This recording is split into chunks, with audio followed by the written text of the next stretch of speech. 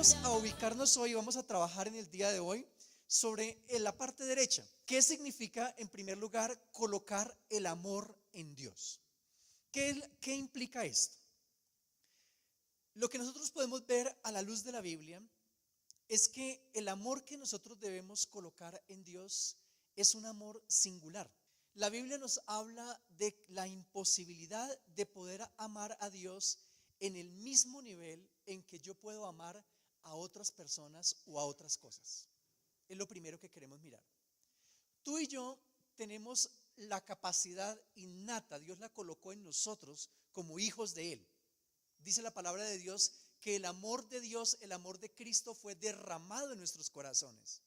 En el momento en que tú y yo nos convertimos, recibimos el Espíritu Santo y ese Espíritu Santo nos capacita para poder amar a Dios de la manera como Él espera ser amado. Es decir, si yo no amo a Dios como Él espera que yo lo ame, no es porque yo no pueda hacerlo, sino porque realmente no he llegado a la toma de la decisión, a posicionarme de manera tal en la cual yo cumpla con ese objetivo que Dios ha propuesto. Entonces, estoy capacitado para amar a Dios, pero ese amor que Dios pide que yo le dé es un amor que es un amor singular, es un amor que no se puede compartir. A Dios solamente lo puedo amar de una manera, y de la manera como yo amo a Dios, no puedo amar a nadie más ni ninguna otra cosa. ¿Por qué hacemos estas afirmaciones? Porque Mateo 6:24 dice: ninguno puede servir a dos señores, porque o aborrecerá al uno y amará al otro, o estimará al uno y menospreciará al otro. No podéis servir a Dios y a las riquezas. Hablando de dinero, ¿cierto que sí? Dice, es imposible servir a dos señores, porque amará al uno y aborrecerá al otro, ¿cierto? O estimará al uno y menospreciará al otro. En el momento en que esa capacidad de amar que yo tengo, esa capacidad de amar está dividida, entonces lo que la palabra del Señor dice es cuidado, porque si usted hace eso, es muy posible que usted termine amando a aquella cosa o persona que decidió amar, y posiblemente va a terminar aborreciendo al Dios que usted dice que ama. La palabra aborrecer no significa, no es sinónimo de odiar. Literalmente aborrecer significa amar menos. Cuando se decía que un hombre aborrecía a su mujer, significaba que no era que la odiaran y que la iba a matar, sino aborrecerla es que decía: yo la dejo de amar, se la devuelvo a su papá y voy a buscarme una nueva mujer. Eso significaba aborrecerla, amarla menos de aquel amor con que la amó en el momento en que la hizo su esposa. Lo que estamos diciendo es que si mi corazón está dividido, lo más probable es que yo caiga en la trampa de amar menos a mi Dios y tener un ídolo delante de la presencia del Señor.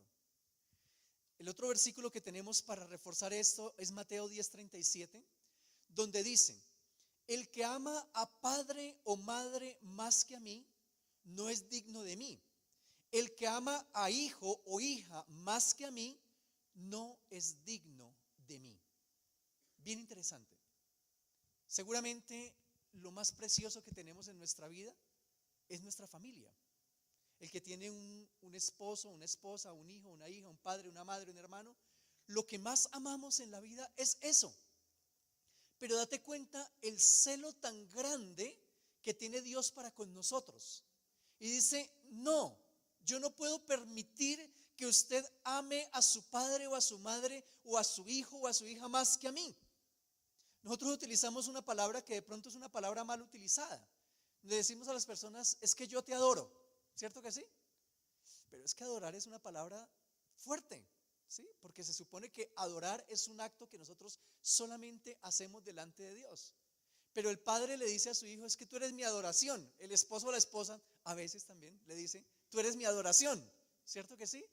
Y desde que el sentido sea correcto y desde que yo tenga claro de que esa persona no es mi ídolo, no está ocupando el lugar de Dios, pues lo podemos utilizar. Pero es una palabra que de todas maneras tiene una connotación un poquito pesada. Y es importante que nosotros nos demos cuenta porque la tendencia de nosotros los seres humanos sí es a idealizar personas, sí es a idealizar cosas y hacer con que ellas se tornen un ídolo para nuestras vidas. Muchas personas han dejado a Dios, han abandonado el propósito de Dios, bien sea por cosas materiales o bien sea por una persona.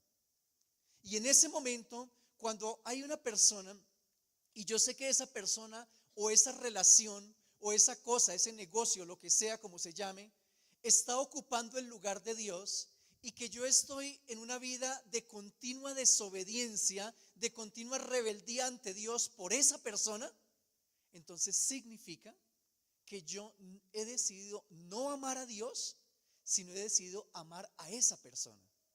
Si se da ese caso, entonces todo lo que estamos estudiando en esta mañana y todas las promesas de las cuales estamos hablando definitivamente no son para ti o no son para mí en el momento en que yo tenga ese ídolo delante en mi vida y delante de Dios. Y hay que ser absolutamente conscientes de eso. Si yo coloco un ídolo delante de Dios, por más hermoso, por más precioso, por más que usted quiera enmascarar ese ídolo y decir, pero es que eso es el amor, es que eso es la verdad, eso es esto, es aquello. Si está ocupando el lugar de Dios, entonces, vuelvo y repito, esa promesa ya no es para mí. Y lastimosamente uno lo ve en las relaciones de pareja, en las relaciones de familia, que en muchas ocasiones o el esposo o la esposa o el hijo se tornan el ídolo.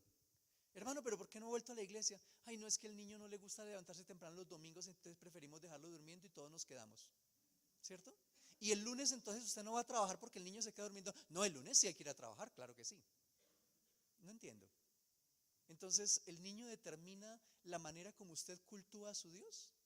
¿El niño determina la obediencia que usted le da a su Dios? Pues si hay algo que determina mi obediencia para con Dios, eso es un ídolo. Y si hay un ídolo, entonces ese ídolo no permite que yo me haga heredero a estas promesas. ¿Sí lo entendemos bien hasta ahí? Entonces, importante que nosotros lo miremos. Colocar el amor en Dios, el primer punto que estamos viendo, entonces significa en primer lugar la singularidad, ¿sí? Ese amor para con Dios es singular. Y yo tengo que llegar a un momento en mi vida en el cual tengo que tomar una decisión de qué es lo que yo voy a amar, ¿cierto? Y de esta decisión se va a derivar la pasión que yo tengo para con Dios, la comunión que tengo con Él, la intimidad, la obediencia, el servicio.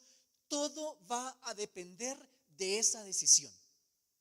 Entonces yo tengo que hacer como un inventario, una evaluación de mi vida y llegar y mirar objetivamente y decir, ¿qué es lo que yo amo? ¿Realmente es Dios el ser al cual yo amo y por obediencia a Él, para poder estar en comunión, para poder estar en intimidad con Él, yo sacrifico todo porque lo más importante de mi vida es mi comunión, mi intimidad con Él?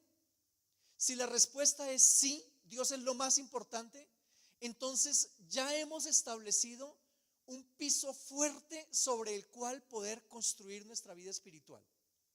Pero si la respuesta es no, sino que hay X o Y cosa, relación, persona, situación, lo que sea, que ocupa el primer lugar de mi vida, y yo en primer lugar sirvo a esa situación, relación o persona antes que servir a Dios, entonces esa situación, persona o relación, eso es su Dios. Y usted va a servirle a Él. Esto puede ser hasta un pecado, puede ser nuestro ídolo, ¿cierto que sí? Conocí un hombre de Dios que hizo una gran obra en el Brasil en la época que yo estudiaba en el seminario de Brasil.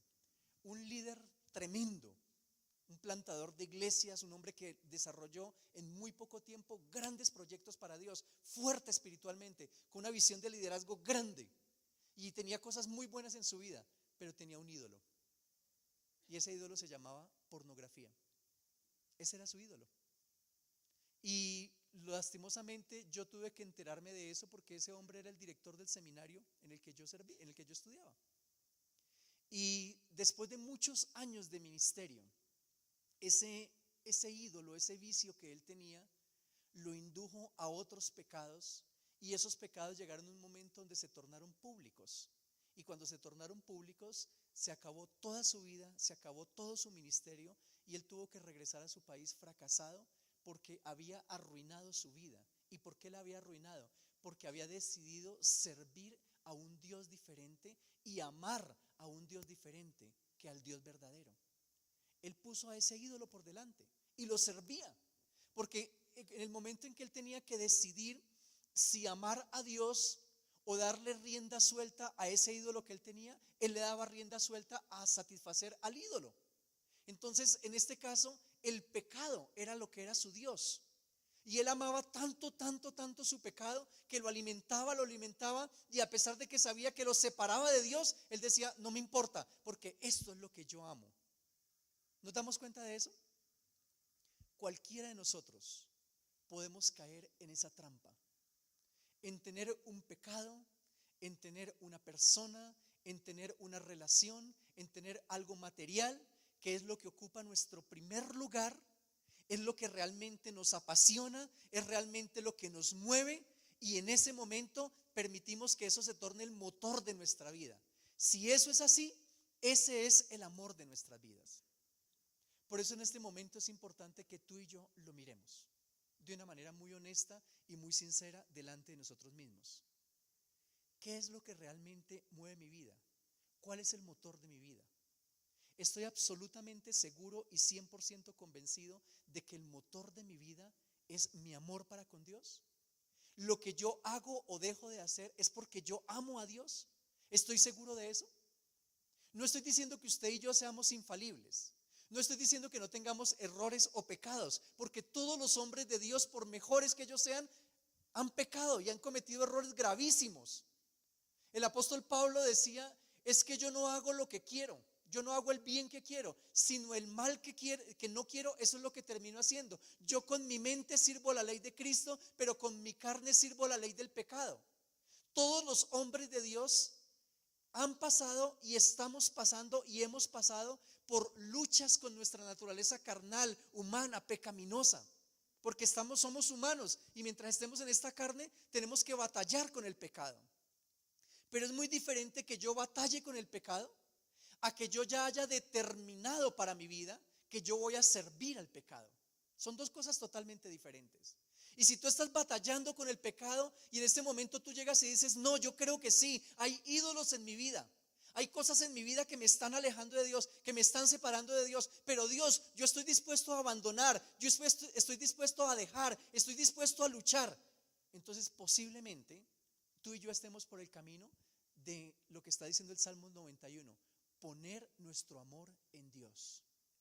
Pero cuando yo ya me conformo a ese pecado, cuando yo digo, no, pues es que de todas maneras, ¿yo qué le puedo hacer? Yo lo necesito, es parte de mi vida, ¿sí? Desde que a mí desde que no se den cuenta, desde que yo no perjudique a nadie, pues no pasa nada.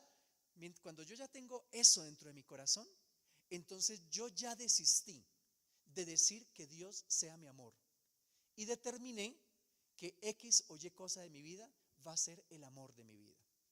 ¿Sí lo entendemos? Entonces la situación es poder analizarnos y mirarnos. Todos estamos batallando con el pecado. Sí, esa es la verdad. Estás batallando, pero honestamente, discúlpeme que estoy siendo un poco repetitivo.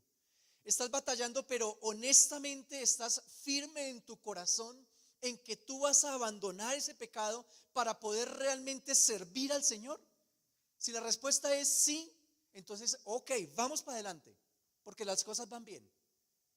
Pero si la respuesta es, como dice un cantante popular, cuando tenga 80 yo lo voy a hacer, ahí sí estamos fregados. ¿Cierto que sí? Si lo que estamos diciendo es, pues mientras yo necesite, pues yo lo voy a seguir haciendo. Mientras yo pueda, lo voy a seguir haciendo. Entonces, en ese caso, no hay un amor para con Dios. Volvemos entonces nuevamente, por cuanto en mí ha puesto su amor, yo tengo que decidir amar al Señor y de sobre esa decisión, entonces fundamentar mi lucha espiritual y a partir de ahí construir esa relación. La segunda parte de lo que estábamos hablando es, la segunda parte del versículo dice, conocer el nombre de Dios, que también es una parte importante. ¿Qué significa conocer el nombre de Dios? Yo quiero explicar conocer el nombre de Dios tomando como base dos ejemplos. El primero es el ejemplo de Moisés y el segundo el ejemplo de Manoa. Conocer el nombre de Dios tiene que ver con establecer un propósito. Dios da a conocer su nombre cuando Él quiere establecer un propósito con alguien. Él no le revela su nombre a alguien simplemente porque sí. Y con el ejemplo de Moisés y de Manoa quiero explicar un poquito más esto. Moisés en Éxodo capítulo 3 versículo 14, Moisés está siendo llamado por Dios. Dios le está diciendo: Moisés, yo quiero que usted vaya y que usted liberte a mi pueblo. Entonces Moisés está argumentando con Dios por qué no hacerlo. Es que yo tengo este problema, es que yo tengo este otro. Y parte de la argumentación de Moisés: pero Dios, cuando me pregunten quién me llamó, quién me mandó, ¿qué les voy a decir? Y en Éxodo 3:14 Dios le dice: y respondió Dios a Moisés: yo soy el que soy. Y dijo: así dirás a los hijos de Israel: yo soy, me envió a vosotros. Interesante. Moisés le pregunta por el nombre a Dios, ¿cierto? ¿Cuál es su nombre? Y Dios le dice: mi nombre es yo soy. Pero Dios le revela el nombre a Moisés en el contexto de que Dios tiene un propósito con la vida de Moisés y Dios tiene un propósito con el pueblo de Dios de traer liberación. Entonces, en ese contexto, Dios le revela el nombre. Él le dice: Moisés, si alguien te pregunta ¿cuál es el nombre de tu Dios? Dile: el nombre de tu Dios es yo soy. En el caso de Manoa, el padre de Sansón, un texto que leímos hace unos días atrás, se presenta el ángel de Jehová, que es una aparición de Cristo en el Antiguo Testamento. Se presenta delante de Manoa y le dice: bueno, Manoa, su esposa va a tener un hijo y ese hijo va a ser un juez sobre Israel, va a ser un libertador del pueblo, va a ser dotado de gran fuerza, la unción de Dios va a estar con él desde el vientre de su madre. Y en ese contexto, entonces dice este versículo: entonces dijo Manoa al ángel de Jehová: ¿cuál es tu nombre para que cuando se cumpla tu palabra te honremos? Y el ángel de Jehová respondió: ¿por qué preguntas por mi nombre, que es admirable? Interesante, ¿cierto que sí? Una vez más, alguien al cual Dios le está llamando para el cumplimiento de un propósito muy específico. Y esa persona le pregunta: ¿quién es la persona que me está llamando? ¿Cuál es el nombre de la persona que me está llamando? Y una vez más Dios le contesta: ¿por qué preguntas por mi nombre, que es admirable? Yo no quiero decir que conocer el nombre de Dios solamente se dé en estos contextos, pero por lo menos a mí me parece importante y me parece muy válido resaltarlo en este contexto. ¿Por qué? Porque el Salmo 91 en el 14 dice: le pondré en alto por cuanto ha conocido mi nombre. Mi punto es: ¿quién conoce el nombre de Dios? El nombre de Dios lo conoce aquella persona que está en intimidad con Dios y aquella persona que tiene un propósito establecido con Dios. Aquella persona cuya vida se enlazó con el propósito divino. Esa es la persona que conoce el nombre de Dios. Esa es la persona que está en la intimidad con Dios. Y es interesante que en el Salmo 91 diga: este es un prerequisito para poder alcanzar la bendición de Dios. En primer lugar, haber colocado su amor en Dios, y en segundo lugar, haber conocido el nombre del Señor. Viéndolo de una manera simplista, nosotros podemos decir: yo me sé todos los nombres de Dios: Elohim, Yahvé, Jehová, Jesucristo, Jesús, Emmanuel, bla, bla, bla, bla, ¿cierto? Cualquiera podría decir: yo me los conozco todos, ¿cierto? Pero lo que no es fácil decir es: mi vida está enlazada al propósito de Dios. Eso es algo que es totalmente diferente. Todos conocen el nombre del presidente, Juan Manuel Santos. ¿Cuántos son amigos del presidente? ¿Cuántos lo saludan de mano? ¿Cuántos lo llaman y él le responde la llamada? ¿Alguno? Creo que en este caso ninguno, ¿cierto que no? Entonces podemos saber el nombre de Dios, pero definitivamente no tenemos ninguna cercanía, ninguna relación, ninguna intimidad. Puede darse el caso que no tenemos ninguna intimidad con Dios. Entonces podemos tener el nombre de Dios en nuestros labios de manera continua. Es que Dios es esto, Jehová es esto, Jesucristo, el Espíritu Santo, bueno, cualquier tipo de cosa. Pero esto simplemente puede ser algo nominal, puede ser un nombre que tú utilices, pero vuelvo y repito, no tiene que ver nada con comunión, no tiene que ver nada con intimidad con el Señor. En los dos ejemplos que yo coloqué de Moisés y de Manoah, estas personas conocen el nombre de Dios porque sus vidas han entrado en una relación de propósito para con Dios. Dios les llama, les revela su nombre, y a partir del momento que Dios les revela su nombre, la vida de Moisés no fue la misma. La vida de Manoah no fue la misma. Moisés se la pasaba cuidando un poco de ovejas en el desierto. Ese era el trabajo de él, ser pastor. Y a partir del momento en que Dios le da a conocer su nombre, su vida cambia. Y de ser pastor de ovejas, se vuelve un caudillo del pueblo de Israel. Se vuelve un hombre libertador del pueblo. Se vuelve un hombre en la más profunda e íntima comunión con Dios. Y todos conocemos la vida de Moisés. Habla con Dios. El rostro de él se transfigura, brilla, porque la presencia de Dios es tan fuerte que el rostro de él brilla.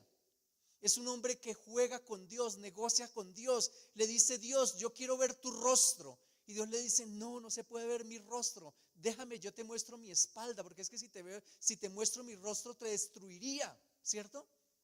Y uno ve a un hombre que establece una comunión tan íntima, una comunión tan profunda con Dios, que realmente la vida de él cambia. Nunca jamás Moisés vuelve a ser el mismo después de que establece esa relación con Dios. Nunca jamás la vida de él vuelve a ser la misma después de que él se encausa y se ancla al propósito de Dios para con su vida. Y eso es lo que yo quiero que nosotros lo meditemos en esta mañana también. Podemos estar aquí en la iglesia, podemos llamarnos hijos de Dios y ser hijos de Dios realmente, ser algo sincero, algo honesto, transparente. Pero eso no es sinónimo de que nosotros estemos dentro del propósito de Dios. Porque yo puedo ser hijo de Dios y estar viviendo mi vida dentro de mis propios planes, dentro de mis propias ideas, dentro de lo que yo quiero. Administro mi vida, mis pensamientos, mis emociones, mi profesión, mi dinero, mis recursos, mi familia. Todo lo administro de la manera como yo quiero, de la manera como a mí me gusta, de la manera que a mí me resulta conveniente. Lo hago de esa manera, pero me llamo hijo de Dios. ¿Eso es posible? Sí, claro que sí. Porque el hecho de que seas hijo de Dios en ningún momento te quita el libre albedrío. Tú eres un hijo de Dios, pero sigues siendo una persona totalmente libre de hacer lo que tú quieras. Y siendo hijos de Dios podemos hacer cosas grandes como podemos hacer cosas terribles, absurdas. Ustedes dirán que yo he tenido muy malos ejemplos, pero sí es verdad, porque hablo de cosas feas. Pero yo recuerdo cuando yo era niño, un pastor de mi iglesia decidió dejar de ser pastor y se volvió traficante de cocaína. Y después terminó dirigiendo un grupo paramilitar en San Martín Meta. Y lo terminaron asesinando por esa pelea que andaba con la guerrilla. Y esa fue la decisión que él tomó. Era pastor. Yo recibí enseñanzas de él siendo un niño, era el pastor de la iglesia. Y un día dijo: no, esto no está sirviendo más, yo mejor me voy a traficar con cocaína. Y después decidió que no, que era mejor enlistarse en los paramilitares. Y en la última vez que hablamos dijo: no, es que yo estoy aquí para defender la iglesia. Si alguien ataca a la iglesia, nosotros salimos a la defensa de ella. Eso fue lo que él entendió que era el propósito de Dios para su vida, y en eso terminó. Y Dios le dijo: no, porque es que usted es pastor, usted no puede ser paraco. No. Él decidió ser paraco y paraco terminó, ¿sí? Y Dios no le dijo nada. Ese es un ejemplo extremo, ¿cierto que sí? Pero ese ejemplo es real, eso no es una fantasía, es un ejemplo real. Ese pobre hombre terminó asesinado hace unos años atrás, terminaron matándolo. Es triste porque con mi familia estuvimos en su casa. Es interesante verlo, que ya no dormía en una cama, dormía en un colchón, porque pues en la cama es donde primero vienen a darles plomo, y en vez de una Biblia en la cabecera tenía una ametralladora en la cabecera para poder defenderse, y esa era la vida de él, ¿sí? Pero es un ejemplo extremo, pero con ese ejemplo lo que quiero mostrar es: oiga, Cada uno de nosotros podemos decidir qué hacemos con nuestra vida y cómo queremos vivirla, ¿sí? El hecho de que seamos hijos de Dios no significa que nuestra libertad haya sido coartada por Dios. No, seguimos siendo personas totalmente libres. Ahora, ¿qué espera Dios? Que en el uso de esa libertad, yo soy dueño de mi vida, soy dueño de mi tiempo, de mis pensamientos, de mis emociones, de mis relaciones, de mi profesión, de mi dinero. Lo que Dios espera es que en el uso de esa libertad, yo llegue y diga: Señor, yo quiero conocer qué es lo que tú quieres conmigo. Yo quiero enlazarme, yo quiero anclarme a tu propósito. Yo no quiero gastar mi vida en lo que a mí me gusta. Yo no quiero malgastar mi tiempo en vanidades, en tonterías. Yo quiero que mi vida sea parte de lo que tú quieres. Yo quiero estar en tu propósito. Entonces ahí es donde yo digo que es cuando comenzamos nosotros a conocer el nombre de Dios. Comenzamos a tener intimidad con el Señor. Nuestro cristianismo deja de ser algo nominal, algo de nombre. Nuestro cristianismo deja de ser algo simplemente que nos convoca a congregarnos una vez a la semana o una vez cada 15 días y se vuelve algo esencial en nuestras vidas. Entonces ya el hecho de ser un hijo de Dios me lleva a pensar de que todo lo que yo soy debe girar en torno a Dios y debe girar en torno al propósito de Dios, y eso cambia la vida. Usted no va a ser el mismo, no va a utilizar su tiempo de la misma manera. No va a establecer el mismo tipo de relaciones que usted establece si usted dice: yo estoy anclado al propósito de Dios. No, claro que no, las cosas cambian, absolutamente cambian. Dime con quién andas y te diré quién eres. ¿Cierto que sí? ¿Usted anda con cualquiera? No. Normalmente nosotros andamos con aquellas personas con las cuales nosotros tenemos algún tipo de afinidad. ¿Cierto que sí? ¿Por qué ando yo con fulano o con fulana? Porque tenemos algún tipo de afinidad, porque tenemos negocios juntos, porque tenemos una relación, porque estamos haciendo X o Y cosa. Por eso yo ando con esa persona. Y es lo mismo con el Señor. Si tú llegas y dices: no, mi vida ahora, de aquí en adelante, va a ser una vida que está dentro del propósito de Dios, vuelvo y te repito, tu vida nunca va a ser la misma. Tú vas a dejar de venir a la iglesia de paseo, ¿sí? No, ya no va a ser un paseo venir a la iglesia, a venir a escuchar un sermón. No, tú vienes para poder entender qué es lo que Dios está queriendo, cuál es el paso a seguir, y me voy a encajar en ese segundo paso que Dios quiere que yo siga, y voy para adelante en ese conocimiento del propósito de Dios.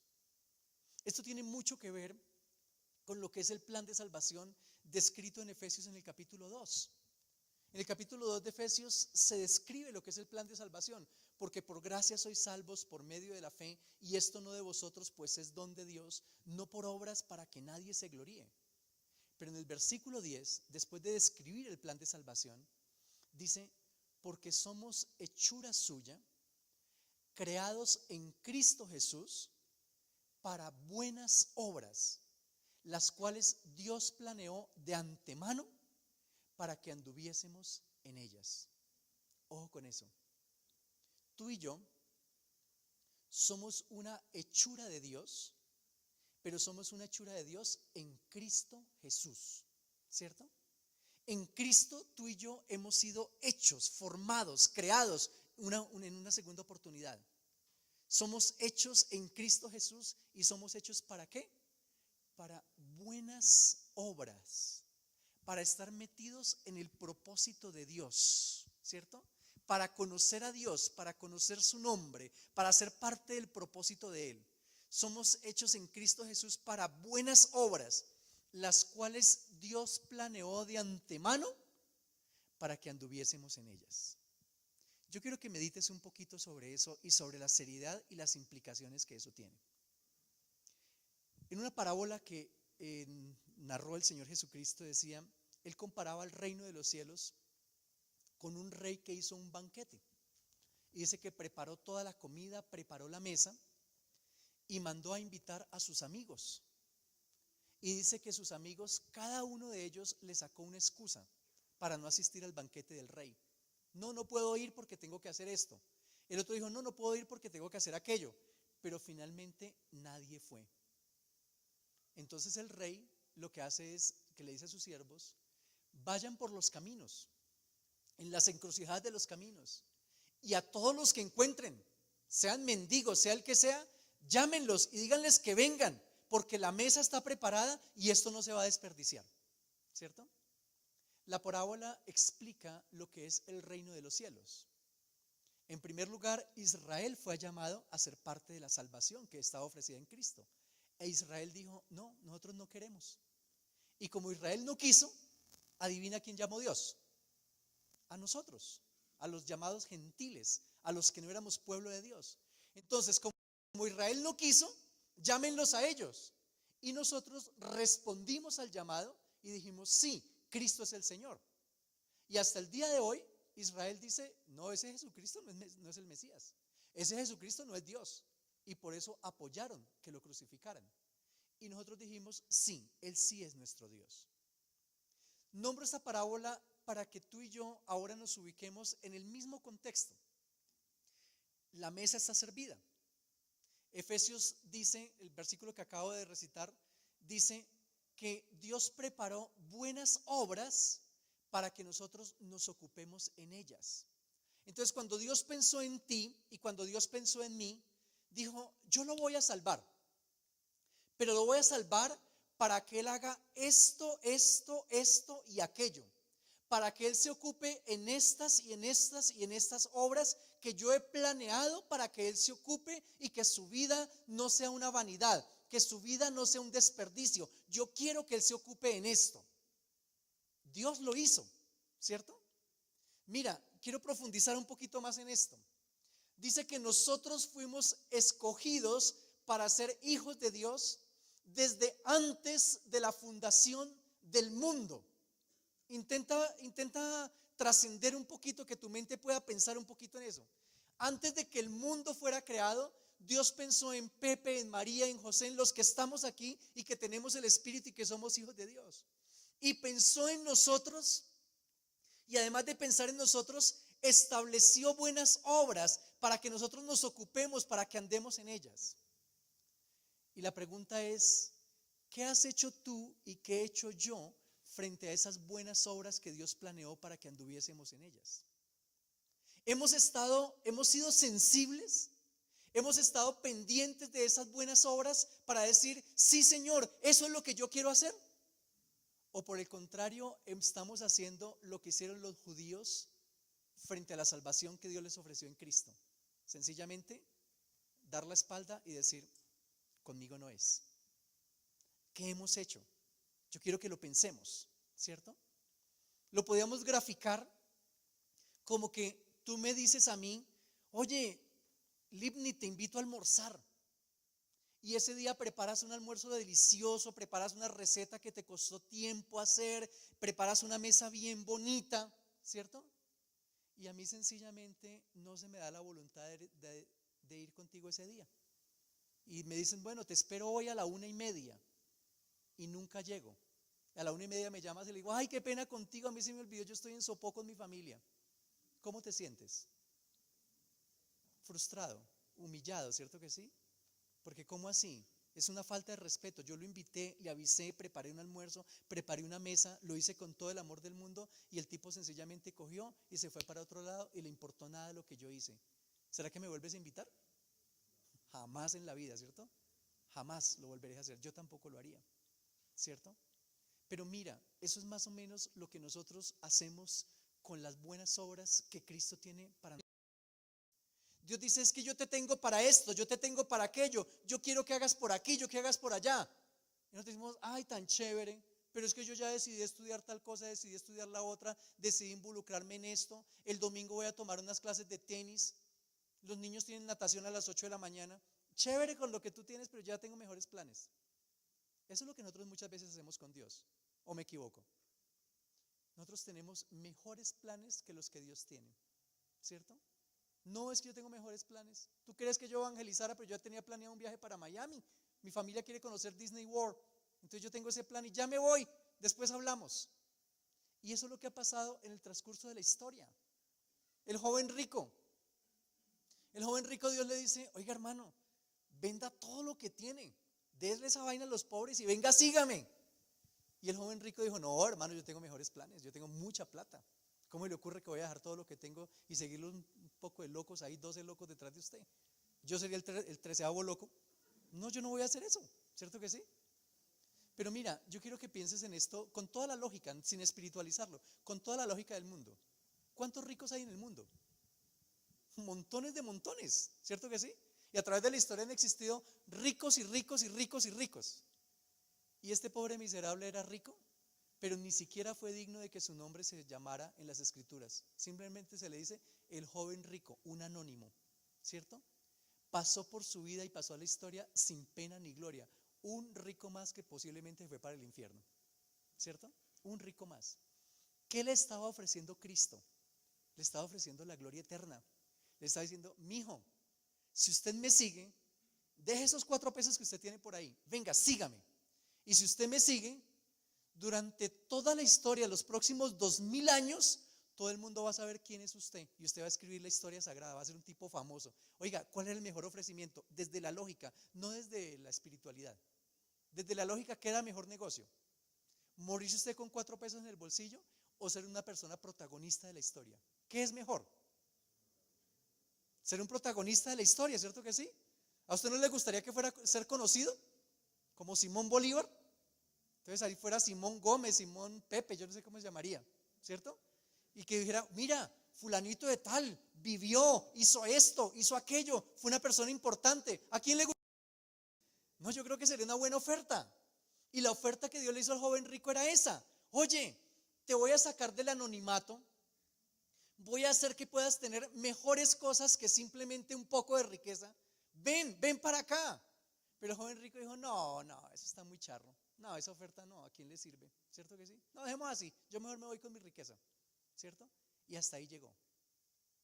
Hermanos, ¿no será que nosotros estamos haciendo lo mismo en este momento?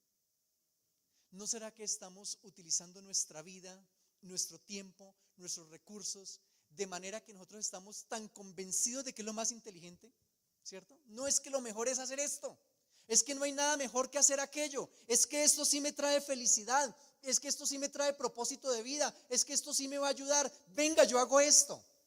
Y le estamos dando la espalda a Dios, simplemente porque queremos tener aquello que nosotros creemos que es mejor. ¿Será que no estamos cayendo en esa necedad?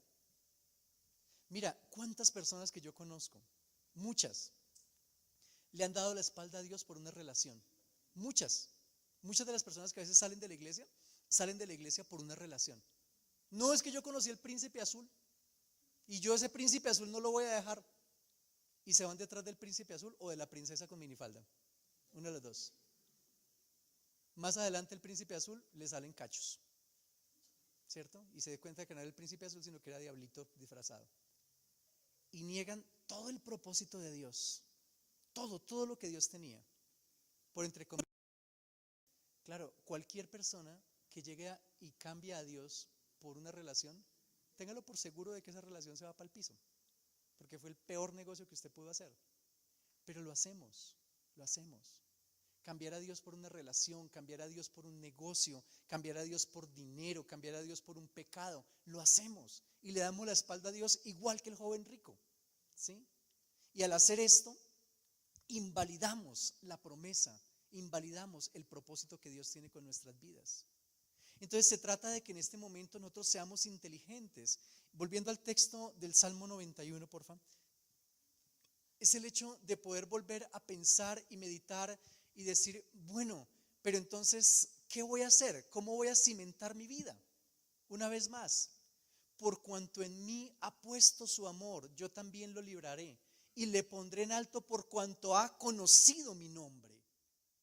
La invitación de esta mañana es exactamente esa, que en uso de nuestra libertad, en uso de lo que tú y yo somos, podamos llegar y decir, Señor, yo quiero poner mi amor en ti.